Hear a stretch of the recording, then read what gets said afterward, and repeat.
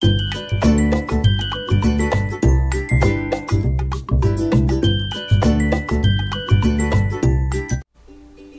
teman-teman, Assalamualaikum warahmatullahi wabarakatuh. Perkenalkan, nama saya Muhammad Irsandi M. Lamata dengan NIM A2212121. Pada video kali ini saya akan menjelaskan tentang sistem pernapasan pada manusia, di mana video kali ini untuk memenuhi tugas mata kuliah anatomi dan fisiologi manusia. Baik teman-teman, di sini sistem pernapasan pada manusia terbagi atas dua kelompok, yaitu sistem pernapasan bagian atas dan sistem pernapasan bagian bawah. Sistem pernapasan bagian atas terdiri dari hidung dan faring, sedangkan sistem pernapasan bagian bawah terdiri dari laring, batang tenggorokan, cabang tenggorokan, alveolus, paru-paru sampai pleura. Sistem pernapasan secara fungsional, di mana sistem pernapasan terdiri dari zona penghubung yang terdiri dari faring, laring, batang tenggorokan, cabang tenggorokan sampai alveolus. Zona respirasi terdiri dari jaringan dalam paru-paru yang berperan dalam pertukaran gas di dalam tubuh manusia. Baik teman-teman, di sini saya akan menjelaskan organ pernapasan dan juga fungsinya. Yang dimulai dari hidung, di mana hidung merupakan organ pertama pernapasan yang menjadi saluran masuk dan keluarnya udara, khususnya oksigen yang dibutuhkan oleh tubuh manusia. Selain berfungsi sebagai saluran masuknya udara, hidung yang memiliki fungsi lain sesuai bagiannya.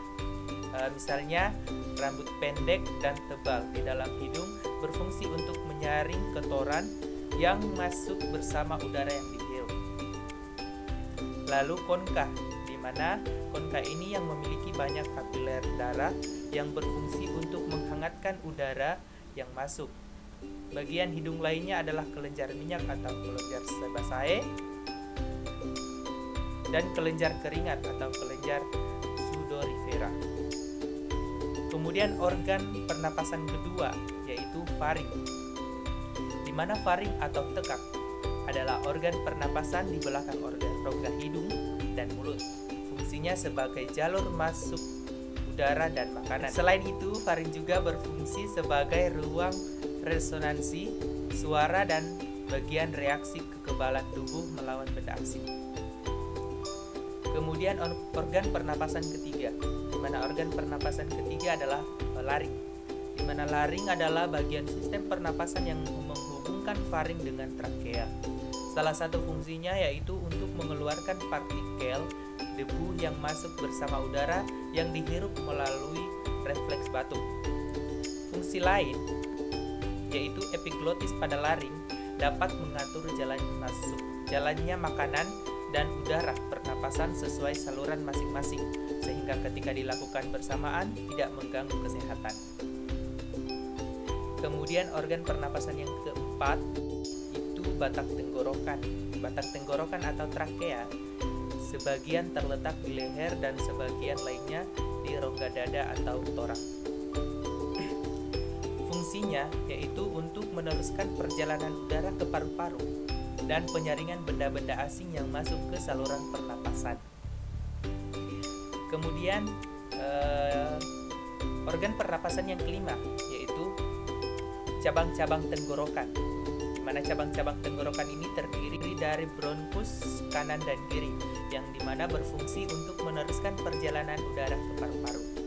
Selain itu juga terdapat pula silia atau rambut-rambut bergetar yang berfungsi untuk menyaring udara pernapasan. Kemudian organ pernapasan yang keenam yaitu alveolus, di mana alveolus seperti gelombang paru-paru yang berbentuk bola yang diliputi pembuluh darah, yang dimana berfungsi untuk memudahkan darah di dalam kapiler untuk mengikat oksigen. Kemudian organ pernapasan yang ketujuh yaitu paru-paru, di mana paru-paru adalah organ pernapasan yang terletak di rongga dada dan terdiri dari dua bagian, yaitu bagian kanan yang lebih besar dari bagian kiri. Sebagai organ pernapasan utama, paru-paru ini berfungsi sebagai tempat pertukaran gas antara oksigen dan karbon dioksida di dalam tubuh manusia. Kemudian ada organ pernapasan yang ke-8 atau pernapasan yang terakhir pleura ini adalah selaput pembungkus paru-paru yang berfungsi untuk melindungi paru-paru dan menjadi pelumas agar paru-paru tidak terkena organ lain. Pleura terdiri dari beberapa bagian, yaitu pleura visceral, parietal, dan costalis, diafragmatika, dan cervicalis. Mungkin itu saja penjelasan materi terkait sistem pernapasan dari saya. Lebih dan kurangnya saya mohon maaf. Assalamualaikum warahmatullahi wabarakatuh.